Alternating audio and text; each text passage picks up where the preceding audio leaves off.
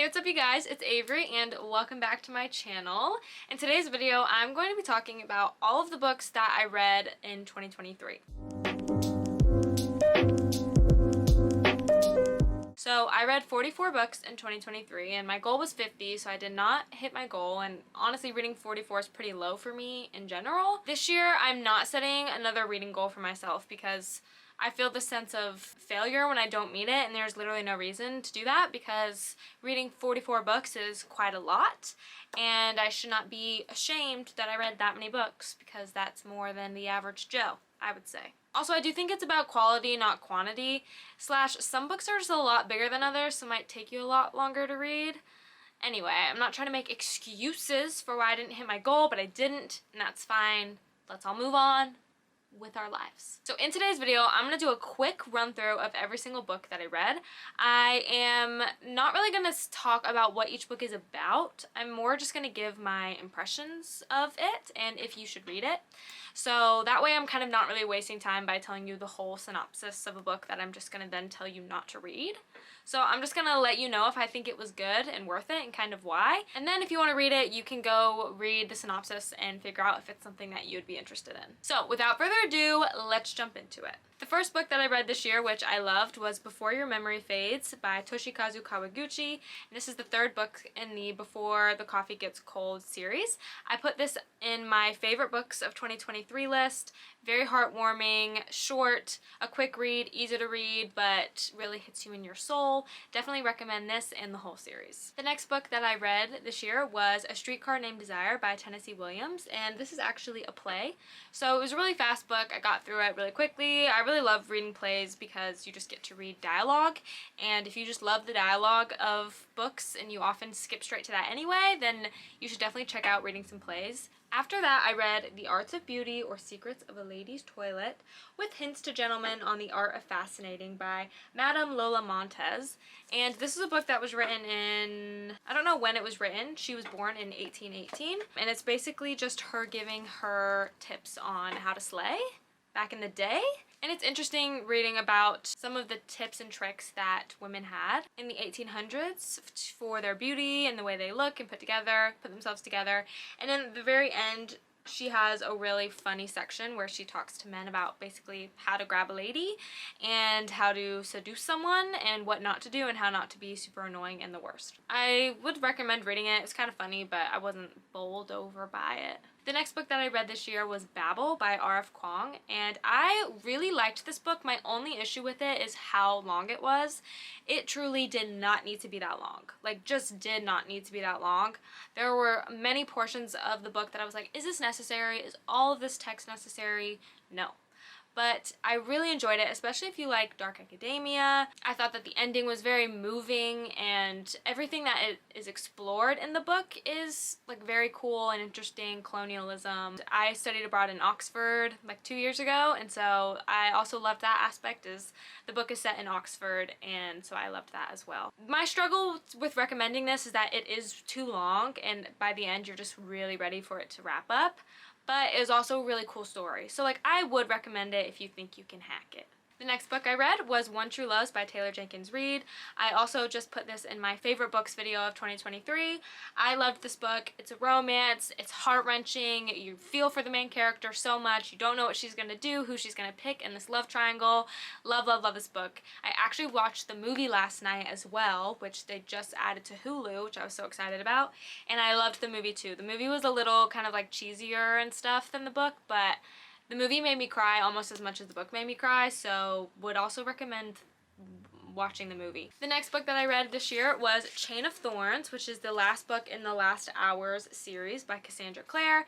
This is one of the many spin-off Shadowhunter series, but this series follows the children of the Infernal Devices characters. I liked this series enough. I understand that Cassandra Clare has a formula that has made her as successful as she is today, but I just felt like the ending of this book was just not anything new. It felt similar to some of the endings of her other books. I can't remember like which ones I felt it was similar to, but I just wasn't bowled over by the ending. Usually there's like a big twist or just some sort of final monumentous ending, and that was not really the case with this one. I think she's a great writer and I love her writing style. I would definitely recommend the series if you like the Shadowhunters, but it wasn't my favorite of all the Shadowhunters books. The next book I read was Tomorrow and Tomorrow and Tomorrow by Gabrielle Zevin, and I really enjoyed this book.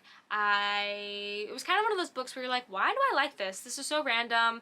This is about video games, which I'm not like a big gamer, but the connections between all the characters were really strong, and it was definitely like a relationship driven book, and I definitely understand why it has so much hype and why it was so popular this year, so definitely would recommend it. I enjoyed it. Next up we have The Stolen Heir by Holly Black. I was a little disappointed in this book because I'm a huge fan of the Cruel Prince trilogy, and I love that trilogy, and so I was really looking forward to this next book set in the same world following Oak, but this book just did not really do it for me. I felt like the plot wasn't super strong, and I also felt like it was very repetitive of the first series. Like, I felt like this book literally ended the same way The Cruel Prince ended, and I was like, can we have something new, please? Can we shake things up? I don't even know if I'm gonna continue to read the series, to be honest. Maybe I will. I just did not feeling it the way that I felt The Cruel Prince. The next book I read was How to Fall Out of Love Madly by Jana Casal. I really liked this book. My friend recommended it to me, and it follows 3 women, all who are connected on their different love journeys with other men, with self-love. I just thought that this book did a really good job of describing what it's like to be a woman. As you're reading each woman's experience and you're inside their head, you just really like relate to a lot of what they're feeling, about the way they view themselves, about the way they view romance, and I thought it was very relatable, and most women would probably read it and be like, yeah, I get this. Next up, I read Daisy Jones and the Six by Taylor Jenkins Reid, and I remember enjoying this book when I was reading it. I gave it 4 stars, but like thinking back on it, I can't really remember anything specifically about it that I really liked. I think I also am letting the TV show kind of change my view of the book, because I didn't love the TV show, even though I think the TV show was a great adaptation of the book. I just kind of like didn't love the vibes, which I think is maybe a hot take, but that's the way I feel. I'm so sorry. I mean, I gave the book 4 stars, so I guess I liked it when I was reading it, and I trust my old self. I wouldn't like super recommend it to anyone, but I do recommend it. Like, it's good. The next book I read was It Starts With Us by Colleen Hoover, which is the sequel to It Ends With Us. I really loved It Ends With Us. I'm not a big Colleen Hoover fan. I haven't really enjoyed anything else she's written, but I did really like It Ends With Us. And I enjoyed It Starts With Us as well. I thought it was a good way to kind of continue the story, and I appreciated that the relationship in it was pretty non-toxic, and it was like a nice relationship, and like was very realistic in the way that Lily had to continue to deal with Ryle, and I enjoyed it. So I thought it was a good sequel, but I didn't quite love it as much as It Ends With Us. Next up, I read The Department of Rare Books and Special Collections by Ava Jerzik. This book was boring. I gave it 3 stars. I should probably bump it down to 2, because I can't even really remember what happened. It was like a murder mystery, or maybe just a mystery. I don't know if it was a murder mystery, but I thought I would enjoy it because of the content, but I just did not enjoy it. It was boring. I don't even know why I've read the whole thing. The next book that I read this year was A Lady's Guide to Fortune Hunting by Sophie Irwin. Really enjoyed this book. This book is set during it's like the Regency or the Victorian era, I can't remember. And it follows this girl whose parents die, and she has to take care of all of her sisters because they're basically going to get no money and they're going to be penniless. So she goes hunting for a man to seduce so she can snap his money, and I just really loved it. She ends up falling in love with somebody along the way, and it was a fun historical fiction romance. The next book I read was Alone with You in the Ether by Olive E. Blake.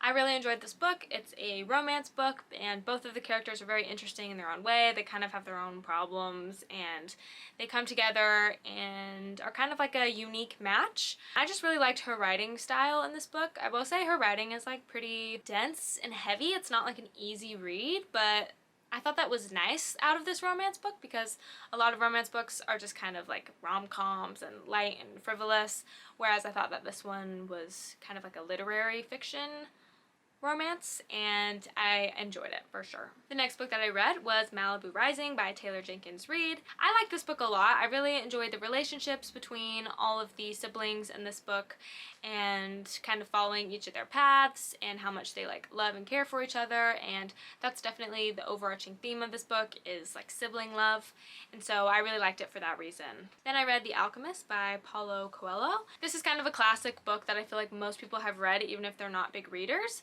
and so I wanted to read it and see what it was about. I also really liked it. It's short, which I liked, and it had a lot of really good quotable moments. I had it taken from the library, so I couldn't underline things, so I was taking pictures of the page and then underlining on my phone because there was a lot of good quotes in it, and I think it's a good like how to live your life book. Then I read The Giver by Lois Lowry, and I think this was the only reread of this year that I read. I'd never reread books, but this one was super short, and I think I just wanted to read a bunch of books quickly, and so I think I actually read this in like one night. This is such a great book. Like, I understand why it's so popular, why it's a classic, why it's a great like children's classic. Just a wonderful story. Definitely recommend reading The Giver if you haven't read it. Then I read My Oxford Year by Julia Whalen, and I liked it. It didn't blow me out of the water. There was definitely like a plot twist that I did not see coming from this romance, and it kind of took a turn to a more serious subject matter than you might assume from the beginning. You might just think it's kind of like a light romance, but it ended up getting kind of serious and heavy. Then I read I Feel Bad About My Neck and Other Thoughts on Being a Woman by Nora Ephron.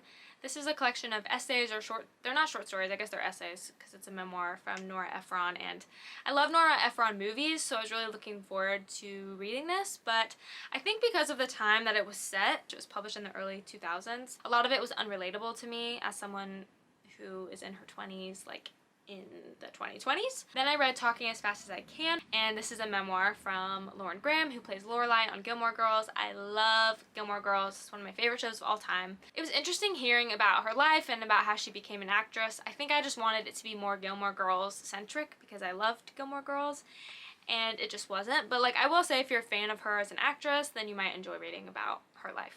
Then I read We Are the Light by Matthew Quick. This book it kind of has some sensitive subject matter. It follows this town after a shooting. Very sad, and just kind of like as you're following this character dealing with the grieving process, it's really, the whole book is very heavy, but very well done and very interesting. It ends up also kind of having a bit of a twist at the end, which I wasn't expecting, which was really good. Then I read Yoke by Mary H.K. Choi. This book was really good. It follows two sisters, and I appreciated like the sister-sibling aspect of the relationship, as well as the main character dealing with an eating disorder. It's just like, it's a good literary fiction book about this young woman in her 20s just trying to cope with her sister having cancer, with being a Korean American woman. It's just a lot of different things that I thought were done really well, and I would recommend it. Next I read Carrie Soto is Back by Taylor Jenkins Reid. This was definitely the year of Taylor Jenkins Reid for me. Out of all of her books I read this year, I think that this one was probably like my least favorite, but I still think it's a good book. I just really like her writing style, and so I'm very invested in her characters, even if I don't necessarily care so much about what's going on. This book follows a tennis player, so there's a lot of tennis content in it, which I didn't quite love, but I enjoyed Carrie Soto as a character, and I thought she was really complex and interesting. The next book I read was The Atlas 6 by Olivia Blake. This is kind of another dark academia magical realism book. I really enjoyed this. Like I said, with her writing style, she is kind of like a dense writer, and you definitely have to like be completely tuned in to what she's writing in order to know what she's talking about. And so it's not like an easy read per se, but it was an interesting read. And I'm like maybe a third of the way through the Atlas Paradox and really not loving it as much, but I'm gonna try and continue reading it because I did like it and I do think it's a cool series, but I definitely liked the Atlas 6 more than I liked the sequel so far. Next up, I read The Girl Who Reads on the Metro. This was in one of my favorite books of 2023 video, so if you want to know more about it, then you can go watch that. And in that video, I'm actually doing a giveaway where I give away a copy of this book. So I really enjoyed it. Thought it was very cute, especially if you're a reader. You'll love it. Lots of great quotable moments. Definitely recommend. Next up, I read You've Reached Sam by Dustin Tao. I did not like this book. I fully thought it was bad. I thought the plot was dumb, didn't make any sense half the time. You just have no idea like why stuff's happening. Just did not did not like this book. It's so popular. I'm very confused by that because I thought it was pretty dumb. So, sorry. Then I read Washington Square by Henry James, and I really liked this book. I think he's a great writer. He's very funny, very witty, and he kind of reminds me of like a male version of Jane Austen, just like in America. So, a little different, but same type of humor and wit. Next up, I read Marigold and Rose by Louise Glick. This was also in my favorite books of 2023 video, so you can watch that video if you want to know more about it. It's a tiny, tiny book. It's like 50 pages, and it's about the life of two twins. It's very cute. Then I read The Maid by Nita Prose. I was really excited to read this because I know it's a really popular murder mystery, but I just kind of was not obsessed with it like everybody else was. I thought it was good, but I just didn't think the twist was very interesting at the end at all. Then I read You Will Not Have My Hate by Antoine Laurie. This was also in my favorite books of this year. Very emotional, heart-wrenching, tear-jerking memoir. Then I read The Stationery Shop by Marjan Kamali. And this started out strong for me, but I'm not sure what it was. I just kind of didn't really connect with the characters / find it very realistic. I thought that the girl pining over this man for her entire life was pretty stupid. Sorry to say that, but I just did. Then I read Lessons in Chemistry. It was also one of my favorite books, so you can go watch my video if you want to hear more about that. Great book, hilarious, funny, emotional, would recommend.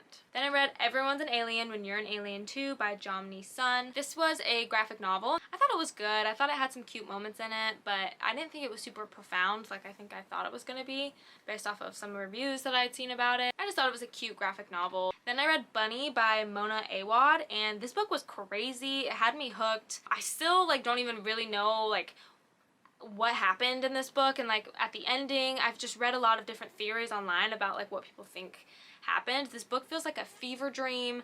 It's just kind of what is going on. It's kind of gruesome and violent in parts, but so weird, so weird but so interesting. I've never read anything like it, so I would recommend it, but just with the warning of what's going on, I don't know, but I'm so hooked and entertained. Then I read If Cats Disappeared from the World by Genki Kawamura. This was just a very average book to me. I wouldn't recommend it to anybody. I don't know, it was just very average, oh, this person's about to die, how are you gonna live your life type book. I don't know, it just did not hit me, it didn't pull at any heartstrings, nothing really. Then I read The Language of Dreams by Marian Ehrenberg. I really enjoyed reading about both of the main characters of this book and the relationships that they have together as well as in their own lives, and I'm not sure what it was about this book that drew me in, but I just really enjoyed it and thought that it was good. Then I read The Incredible Nellie Bly by Luciana Cimino, and this is actually another graphic novel that I read, and it's a nonfiction graphic novel because it talks about the life of this woman named Nellie Bly, who was one of the first woman investigative journalists, and she did a lot of crazy things like going into asylums and traveling around the world, and it was good. I think you can maybe watch a video essay and learn about her story rather than read that, but you could also read that.